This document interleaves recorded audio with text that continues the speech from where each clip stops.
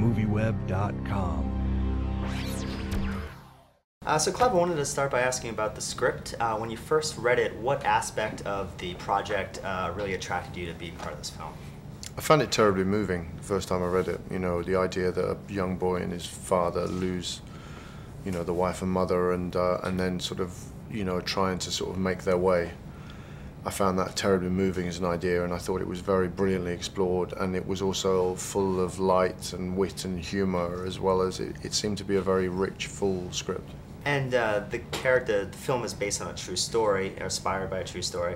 Do you find it more difficult to play a character that is based on someone real or doing something fictional? Well, I mean, I read the memoir, but I deliberately didn't meet Simon the writer. I felt I had some strong instincts about the way I wanted to interpret it, and I felt I got an awful lot from reading the memoir, and I got the world that we were trying to inhabit.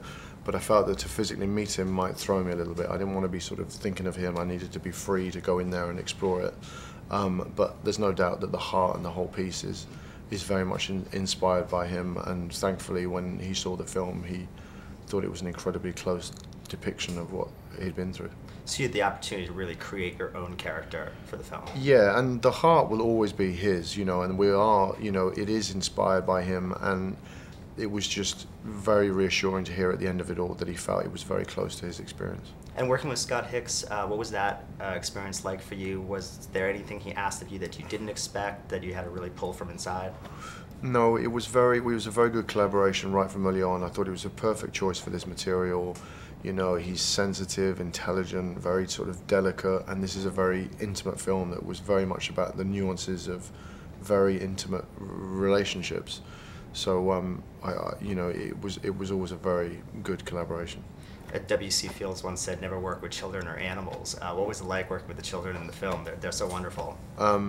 It was part of one of the reasons I wanted to do it. I wanted that sort of challenge, you know, that working with an actor who's 6 years old, they're incredibly spontaneous. They don't sort of act, they react. They're very real, really, and it demands a different way of working. You can't go in over-prepared or stick too closely to ideas you've got about the way you see things, because they might take it in a completely different direction. You've got to be loose and free and able to move with them, and I welcome that. I was excited by that. And finally, what groups of ideas or message do you hope that audiences will take away from seeing the film?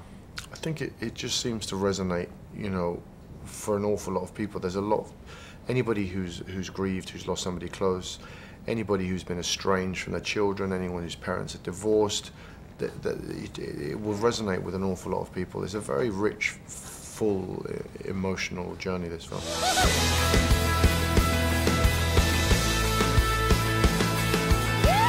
Oh my God, that is so high. I think you enjoy upsetting mothers. What gives you that idea?